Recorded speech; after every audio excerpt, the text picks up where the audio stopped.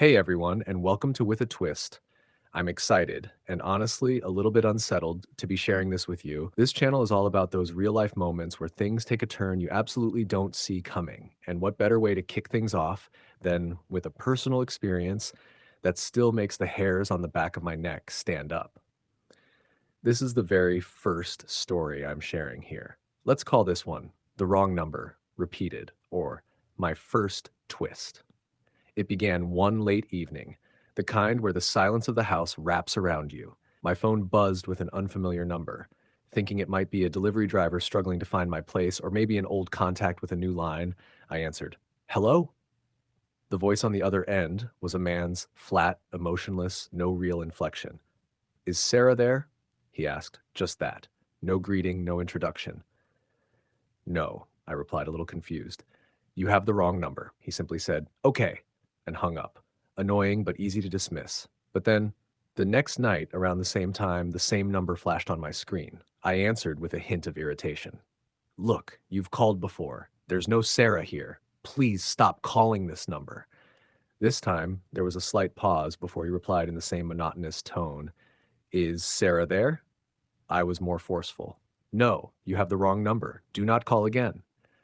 He said, "Okay," and the line went dead. That should have been the end of it. Logically, it should have, but the calls persisted.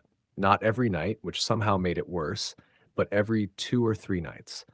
Always between 11 p.m. and midnight. Always the same voice. Always the same question. "Is Sarah there?" I blocked the number, feeling a small victory. But that was short-lived. The next call came from a different unknown number, and then another, and another. It was like he had an endless supply of burner phones or was spoofing his caller ID.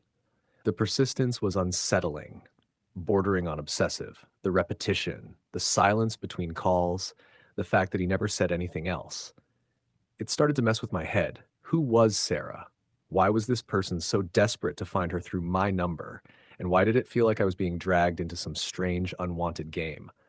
I started sleeping with my phone on silent, jumped every time it rang during the day. I was on edge. Then, one night, I did something different. When he called and asked, "Is Sarah there?"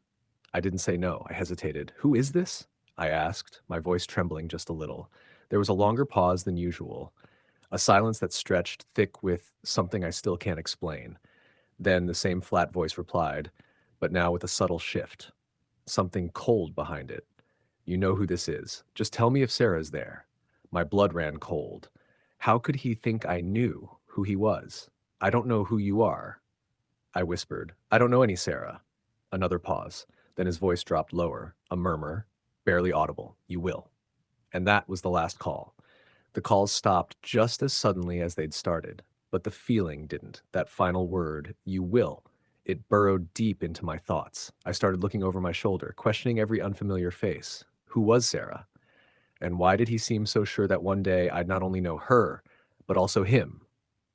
To this day, years later, I still get a shiver when an unknown number calls, wondering if it's him, finally ready to explain or make good on his twisted promise. And that, everyone, is just the first twist I wanted to share with you here on this channel. Stick around because, trust me, there are more.